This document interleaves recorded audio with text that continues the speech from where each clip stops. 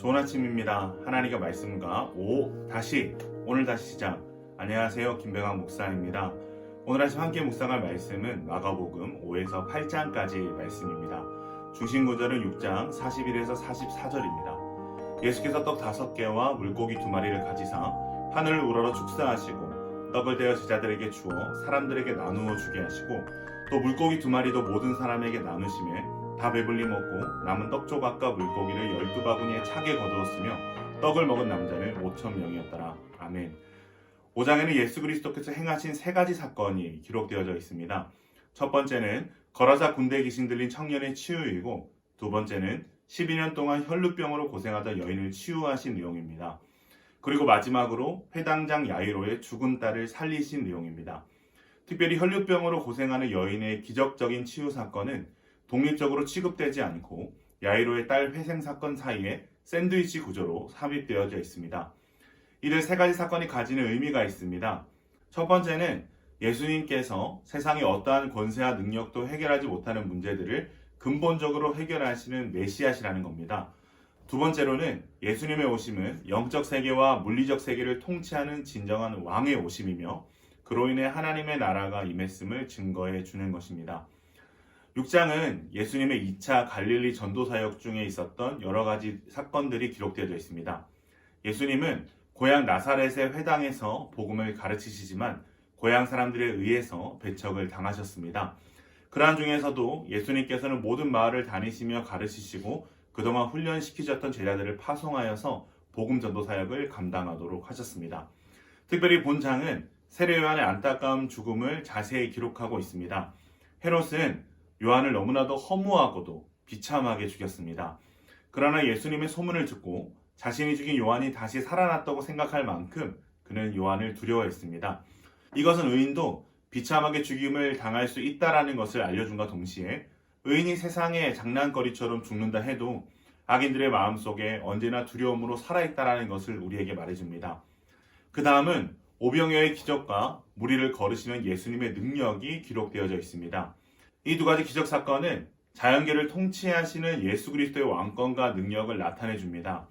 마지막으로 예수님께서는 게네사렛으로 건너가셔서 많은 병자들을 치유하십니다. 7장은 3가지 사건을 기록하고 있습니다. 첫 번째는 예루살렘에서 파견된 종교 지도자들과 예수님과의 정결 논쟁입니다.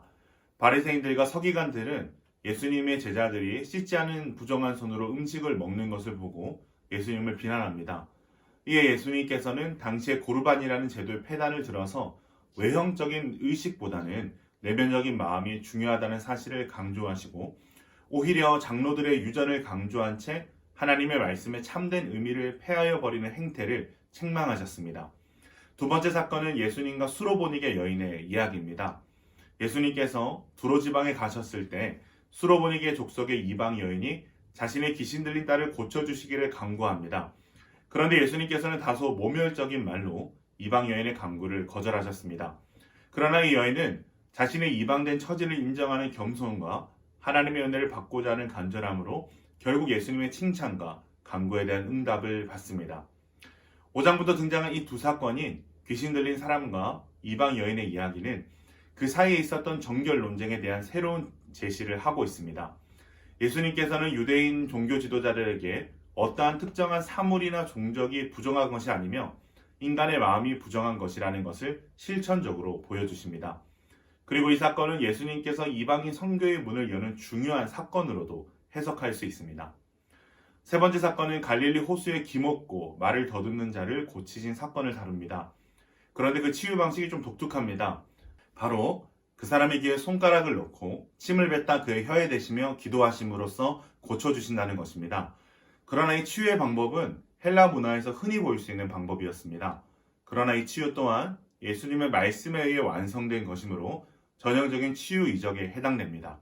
또한 앞선 사건과 연관지어서 예수님의 이방인 선교의 연장선으로 이해될 수 있습니다. 8장은 예수 그리스도의 죽음과 부활에 대한 첫 번째 예고를 전후해서 발생한 사건들의 기록입니다. 예수님은 갈릴리에서 떡 7개와 작은 생선 2마리로 4,000명의 무리를 먹이시는 기적을 베푸셨습니다. 그리고 하늘로부터 오는 표적을 구하는 악인들의 요구를 거절하신 후에 제자들에게 바리새인들과 헤롯의 누룩을 주의하라고 경고하셨습니다. 그리고 베세다에 이르렀을 때 사람들이 소경환을 데리고 온 것을 보시고 눈에 침을 뱉고 안수해서 치유해 주십니다.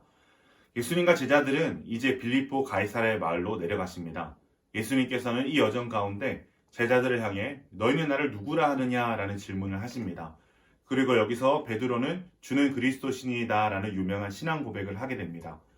예수님은 곧이어 십자가의 순환 사건을 말씀하시는데 여기서 베드로가 예수님을 붙들고 막음으로써 사단아 물러가라는 예수님의 엄중한 문책을 당하게 됩니다. 여기서 우리는 베드로의 신앙 고백은 예수님의 메시아 되심을 온전히 이해한 신앙 고백은 아니었음을 알 수 있습니다. 그러나 분명한 것은 베드로는 자신의 이 고백을 시간이 지나면서 온전히 이해하게 되었고 현재 자신이 가로막았던 예수님의 뒤를 따라 함께 고난받는 길을 걸어가는 사람이 되었다는 것입니다. 오늘 말씀을 통해 우리가 얻을 수 있는 교훈은 무엇일까요? 믿음과 삶을 연결시키는 순종을 배워야 한다는 겁니다. 오병이어 사건은 사복음서 모두에 등장하는 대기록입니다. 예수님은 제자들에게 너희가 먹을 것을 주라 라고 말씀하시며 그들의 반응을 살피셨습니다. 그러나 제자들은 믿음의 반응으로 나아가지 못했습니다. 예수님의 위대한 역사 가운데 쓰임받은 사람은 오직 자신의 작은 떡과 물고기를 내어놓은 여자아이 뿐이었습니다. 살아가는 기쁜 가족 여러분, 순종은 우리의 믿음과 현실을 연결시킵니다. 비록 우리가 가진 것이 작은 떡과 물고기와 같이 작고 초라한 것일지라도 주님은 믿음에 반응한 그 순종을 기뻐하시고 그 위에 축복하시며 그것을 통해 예수님이 하나님의 아들이신 것과 메시아 되심을 온 세상에 알게 하십니다. 여러분의 삶은 믿음과 삶을 연결하는 순종이 있습니까? 그리고 그 순종을 통해 하나님의 역사의 물줄기가 내 삶을 통해 흘러가는 것을 경험하고 계십니까? 오늘 하루 우리에게 믿음의 반응으로서 순종을 기대하시는 주님께 우리의 작은 떡과 물고기를 드리시기를 바랍니다. 그리고 그것을 통해 많은 사람들이 참 생명 되시는 예수 그리스도를 알게 되는 역사가 저와 여러분의 삶에 충만하게 일어날 수 있기를 주님의 이름으로 축원합니다.